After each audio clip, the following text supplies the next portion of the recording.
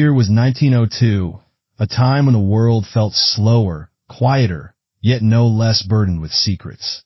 In a small town where cobbled streets met wide stretches of farmland, life appeared to move in familiar rhythms. Horses pulled carriages past gas lamps, children ran between hedgerows, and the black-clad figures of widows and elders were a common sight in a place where loss seemed to arrive as naturally as the seasons. The church bells carried across the valley every Sunday, their sound both comforting and solemn, as if reminding the town of its fragile balance between life and death.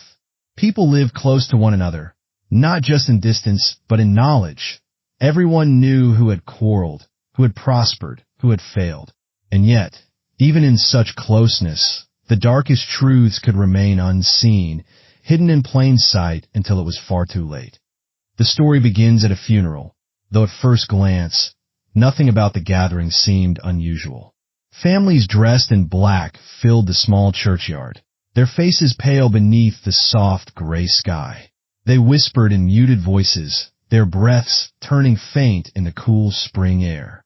A photograph was arranged, as was the custom then, a final portrait of grief, capturing those left behind as they stood together in solemn silence. It was meant to be a picture of mourning, a document of loss. But among the bowed heads and tear-stained faces stood someone who did not belong, not in spirit, not in intent. Their presence was not marked by grief, but by something far more chilling, a darkness carefully masked behind polite expressions. The camera's lens, unknowing yet unflinching, would capture the face of a murderer long before anyone could name them. Before that day, life for those involved looked ordinary on the surface. The family at the center of this tragedy lived in a handsome home not far from the church, its windows tall, its gardens manicured, a sign of wealth in a town where many worked long hours in mills and fields. The patriarch was a respected man, his reputation built on business and influence, though whispers often followed him, rumors of a temper, of a household that ran on fear as much as order. His wife, quiet and dutiful, had grown into the role expected of her, though those close enough sometimes noticed the heaviness in her eyes. Their children, young but already bearing the weight of the family's expectations, carried themselves with a strange mix of pride and unease. The people around them saw what they wanted to see: stability, success, respectability. In truth, cracks were running through the walls of that home, cracks no one dared point out. Some had noticed the way the family carried themselves at gatherings, with stiffness that didn't seem to come from grief or manners alone. Others remembered overhearing sharp words behind closed doors, arguments cut short when a neighbor knocked, the forced smile that followed.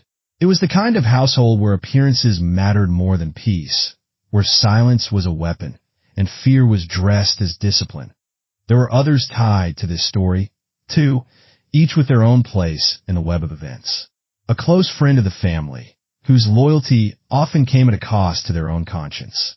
A servant who noticed far more than they ever dared to say. A relative whose envy had lingered for years, a shadow that never lifted. None of them could know how the choices they made, the silences they kept, would lead them all to that funeral, standing shoulder to shoulder with the very person responsible for tearing their lives apart.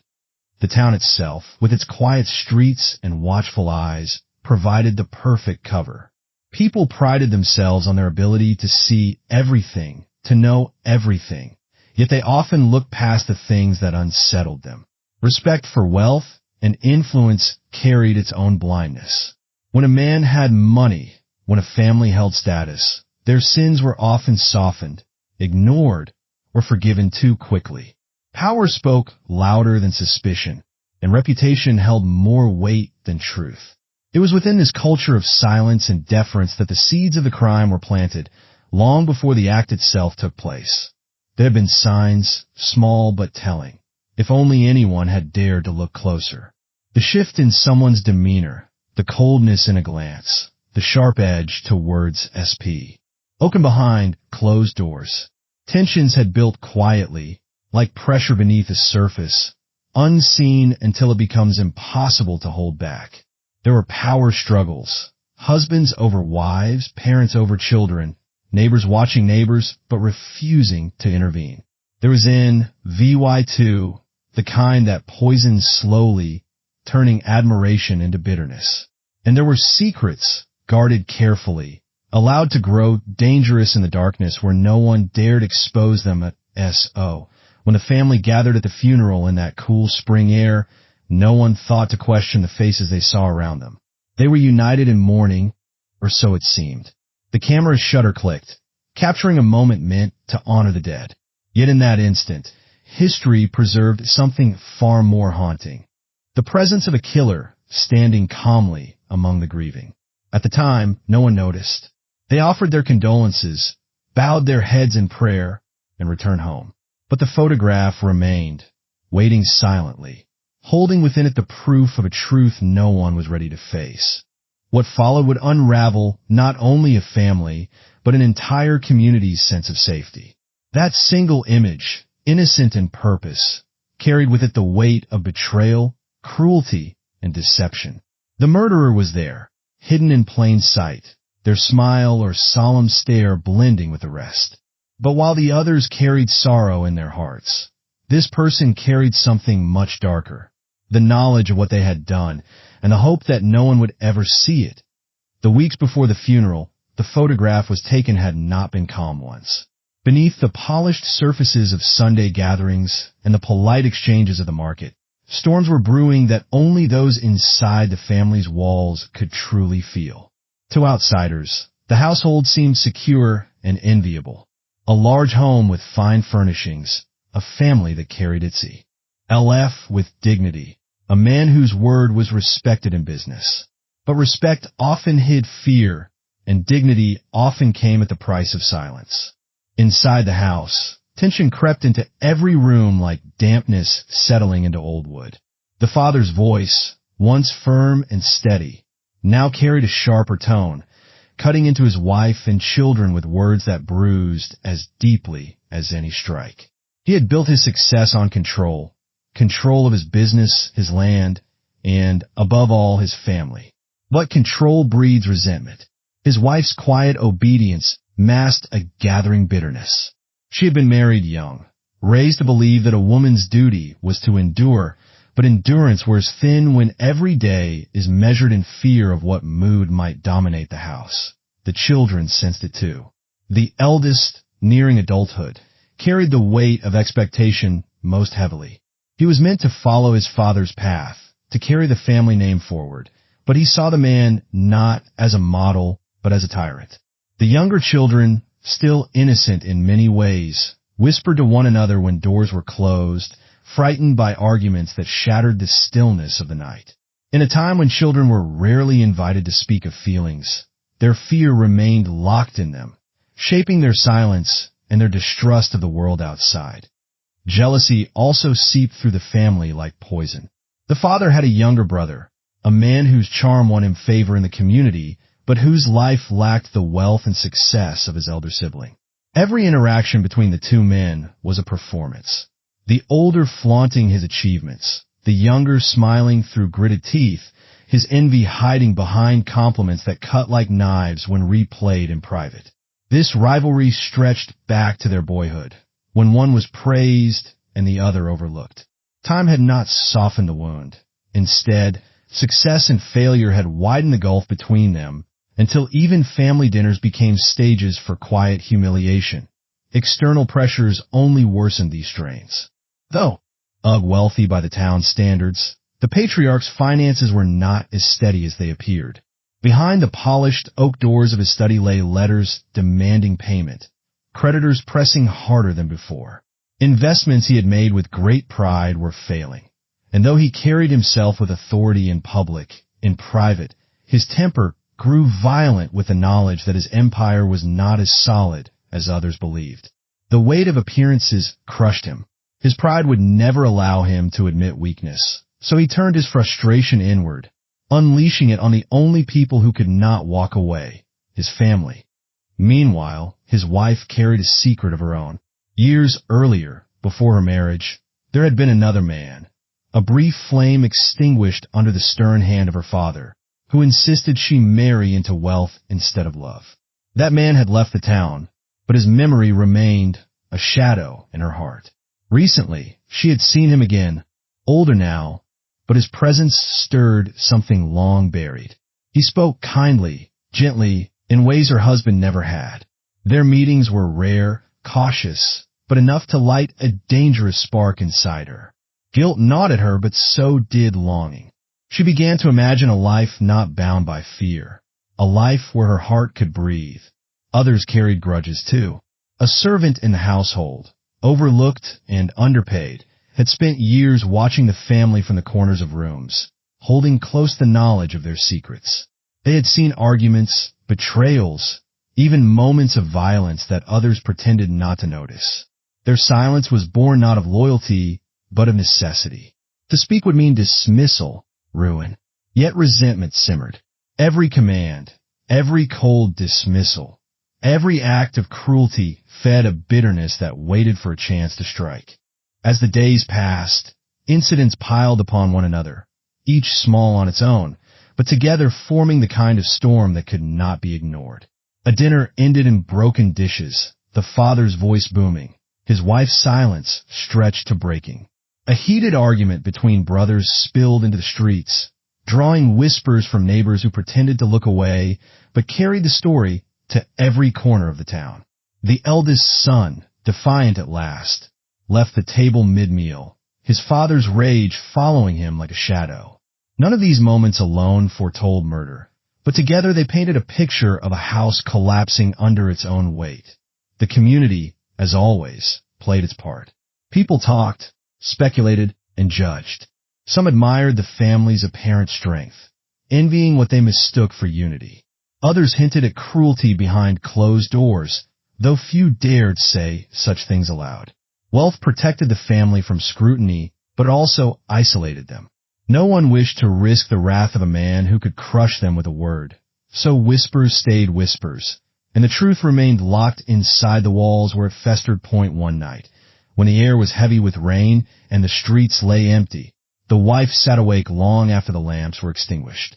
Her children slept, her husband snored in the next room, yet her mind raced. She thought of the man she once loved, of the life she might have had.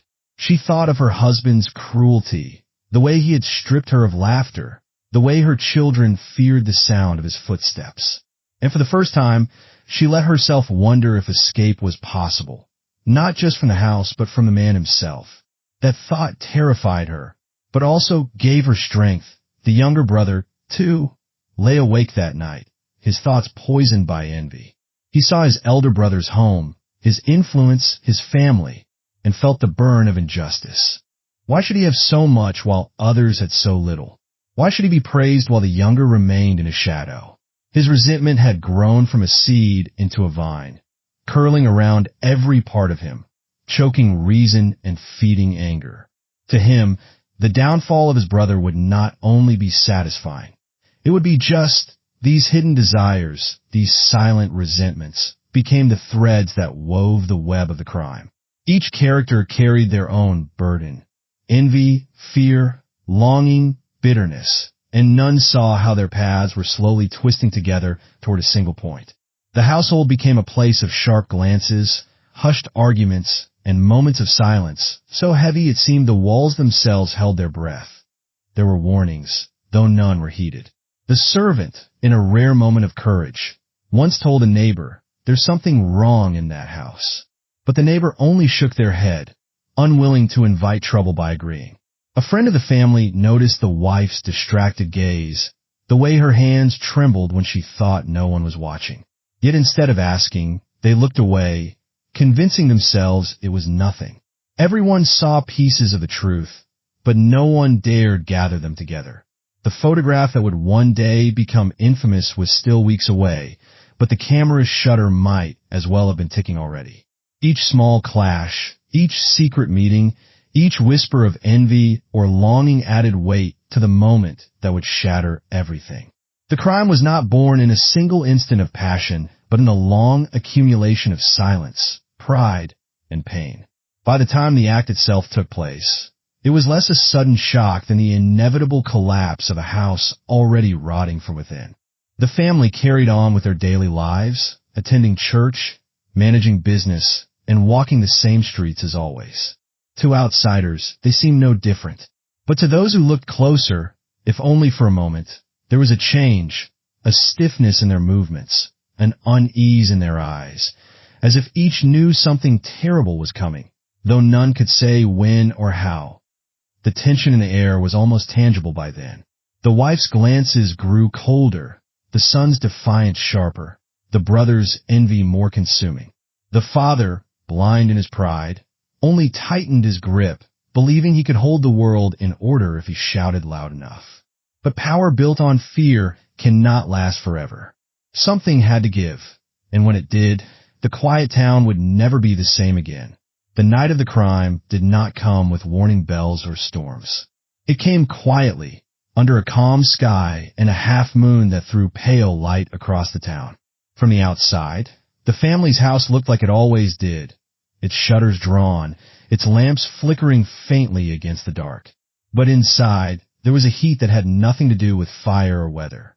The air seemed to press against the walls, thick with words unsaid, glances that cut sharper than knives, and a silence that promised something terrible was near. Dinner had ended badly, as it often did. The patriarch had raised his voice, furious over a trivial mistake, a dish too cold, a word spoken out of turn. His anger spilled onto everyone at the table, though it was his wife who bore the brunt of his scorn. She sat rigid, her eyes lowered, her hands tight in her lap, while the children watched in silence, their faces pale with dread. The eldest son pushed back from his chair, muttering something that earned him a furious command to sit down. When he refused, the father's face burned red, his voice a thunder that shook the room. That moment crack, edged something in the house, though no one yet knew how deep the break would go. Later, when the children had been sent to their rooms, the argument continued. Behind the heavy door of the study, voices clashed like weapons. The wife stood her ground in a way she rarely dared, her words trembling but sharp. She spoke of his cruelty, of the fear that shadowed every corner of their home. He answered with rage, his fists slamming against the desk, his face twisted in fury. To him, obedience was love, silence was respect. Anything else was betrayal. His pride, already strained by financial troubles and jealous rivalries, could not bear her defiance. In another part of the house, the younger brother lingered in the hallway, listening. His envy had long since hardened into something darker, and now, hearing his brother's rage, he felt a grim satisfaction. Perhaps this was the beginning of the fall he had long dreamed of. Yet even as he listened, he was caught between two urges, to intervene and stoke the fire, or to stay back and watch it burn. His heart pounded as he realized he might not need to act at all. The house was devouring itself. The wife's hand shook as she spoke, but inside her, something steadied. The years of silence, of bending under the weight of his control, had left her hollow. But now, facing his fury, she felt a strange clarity. She saw her children's frightened faces, their small shoulders tensing every time his voice rose, and she knew she could not let them grow into this same fear. A thought she had once only brushed aside now filled her fully. He could not be allowed to go on like this. Not for her. Not for them. The moment came suddenly, almost without decision. He had stepped close, his voice low and venomous, his hand lifting in threat. In that instant, her eyes darted to the heavy object on the desk, a brass candlestick polished to a dull shine. Her hand moved before thought could stop it. She seized it, the metal cold and heavy in her grip, and swung with a force born not of strength but of desperation. The sound it made was sickening, metal striking bone, a crack that seemed to echo in the small room. For a moment, everything froze. His eyes widened in shock, his body stumbling back, his hand clutching at the wound as though disbelief could hold him upright. Then he fell, his weight crashing against the desk before sliding to the floor. Blood spread quickly, dark and vivid against the polished wood, the smell of iron filling the air.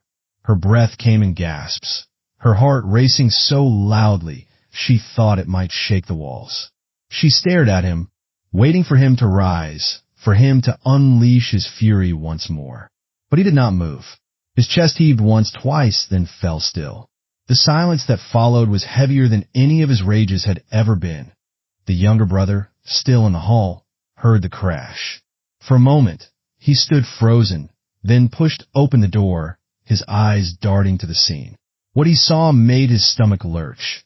The man who had loomed over him his entire life lay broken on the floor, while the quiet wife, the woman who had endured so much, stood with the candlestick trembling in her hand. Her face was pale, her eyes wide with horror at what she had done.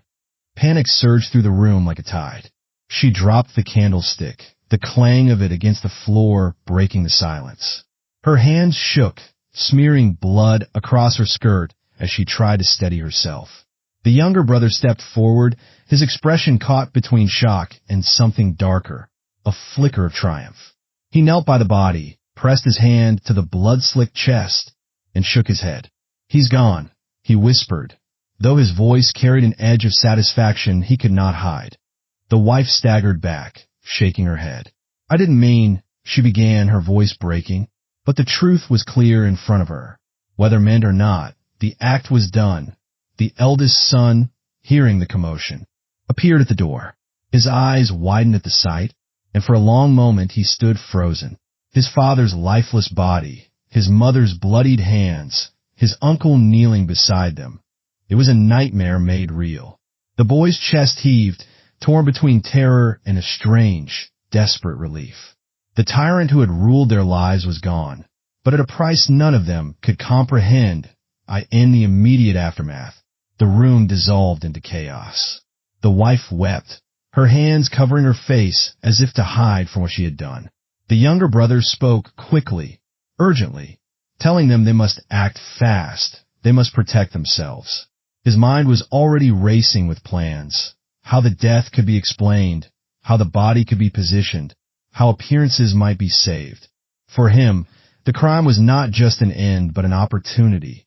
The son, trembling, wanted only to flee, to escape the sight, the smell, the weight of it. But he could not. His mother clutched his hand, begging him with her eyes to stay. The servant, drawn by the noise, appeared at the threshold and froze. Their eyes took in everything, the body, the blood, the faces, and in that instant, their silence became a weapon. They knew what they had seen, and they knew the power it gave them. Denial came quickly, like a shield. "It was an accident," the wife whispered over and over, as if the words could undo the act. "He was going to hurt me. I didn't mean to," but the candlestick still gleamed red, and the truth could not be washed away with words. The younger brother insisted they must hide the truth. "The town will never forgive this," he said. "They'll condemn you. But if we say he fell, if we say it was an accident," maybe his voice carried urgency, but beneath it his envy pulsed. For him, the fall of his brother was justice long overdue. The room, once a place of order and control, now reeked of blood and fear. The study's walls seemed to close in, the books and portraits staring down with silent judgment. Each person stood trapped in their own storm of thoughts, the wife drowning in guilt, the son trembling with shock, the brother calculating his advantage, the servant watching with eyes that missed nothing in that single night. The balance of the family, the foundation of their lives, was shattered. The man who had ruled with power and fear lay dead, and those left behind stood on the edge of ruin. The crime was done, but its shadow was only beginning to spread. The hours after the crime were heavy with silence, the kind that seems to press against the skin and suffocate the air. The wife sat slumped in a chair in the study, her hands still trembling, her eyes fixed on the floor where the blood had spread into a dark, unmovable stain. She whispered the same words again and again. I didn't mean to, as if repeating them could turn back time.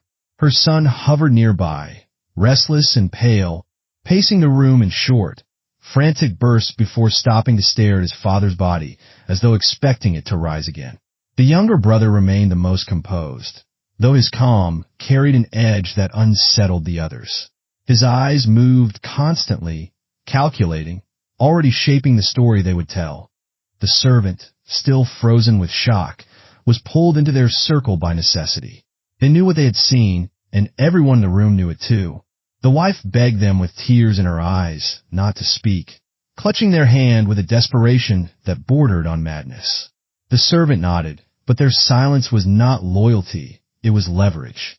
In that moment, they held more power than they had ever dreamed, though whether they would use it to protect or destroy was yet to be seen. The plan, if it could be called one, was formed quickly. The younger brother insisted that the death must be presented as an accident. He fell. He said firmly, his tone leaving no room for argument. No one can prove otherwise. He was angry, he slipped, and he struck his head. That is the story, and we will all hold to it. His words carried weight because they offered hope, but in truth, they were a threadbare shield against the storm that was already gathering. When the body was finally moved and laid out for the night, the house sank into a strange, suspended quiet. The children, though told little, felt the shift. They crept into each other's rooms, whispering through tears, sensing that something far worse than an accident had taken place. Fear clung to them, shaping their understanding of the world in ways they could not yet name. The next morning, the news spread quickly through the town. The man of stature, the one whose presence had loomed over so many, was dead. The story given was simple: an accident in his study, a tragic fall, a blow to the head that ended his life suddenly. To the community, it was shocking but believable. People whispered in the marketplace, in the church pews, their voices laced with pity and surprise. So strong, so commanding, and gone just like that, they said. Yet beneath the shock was something else too, a strange, unspoken relief among those who had feared his temper, who had been bent beneath his influence. Still, appearances mattered. The funeral was arranged with dignity, the family dressed in their mourning black, their faces pale but composed. The wife moved like a shadow, her eyes lowered, her body fragile as though grief had hollowed her out. Those who saw her murmured that she was broken by loss, never guessing that the true weight crushing her was guilt. The son, stiff and distant, avoided meeting anyone's gaze, afraid that his own eyes might betray what had happened. The younger brother played his role best of all, standing at the widow's side with the poise of a loyal relative, his voice low and respectful as he offered words of comfort. No one would have guessed that, beneath his solemn mask, he felt a grim satisfaction. But guilt does not stay silent forever. At night, when the house was quiet, the wife woke in fits of terror, the sound of the candlestick striking still ringing in her ears. She saw her husband's eyes staring at her from the shadows, accusing, unblinking. She pressed her hands against her ears to drown it out, but nothing silenced the memory. She grew thin, pale, her movements unsteady. Every word of comfort offered by neighbors felt like a knife.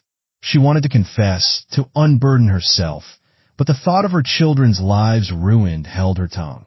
The eldest son carried his own torment.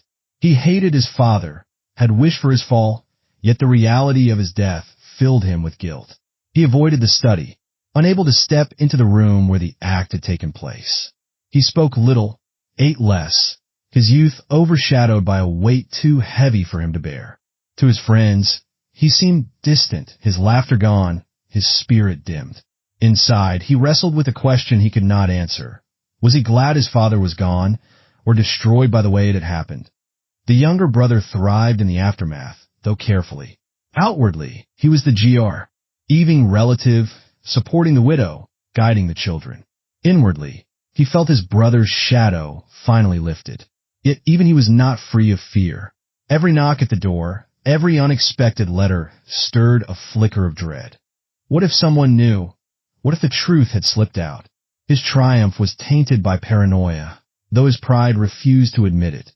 The servant, for their part, remained silent but watchful. Their position in the household subtly shifted. They were no longer invisible. Their silence had bought them influence. The family treated them more carefully, their words softer, their gestures more respectful. Yet the servant knew this was not trust but fear. They held the knowledge that could undo the entire story, and they carried it like a loaded weapon, deciding day by day whether to fire it. The town mourned, but its whispers never fully died. Some spoke of the patriarch's temper, of the way he had commanded more than earned respect. A few dared to hint that perhaps his death was not so simple, though such words were quickly silenced by others who feared scandal.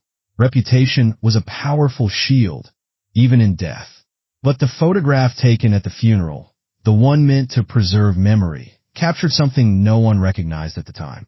Among the solemn faces stood one who had killed, one who had hidden their crime behind the mask of mourning.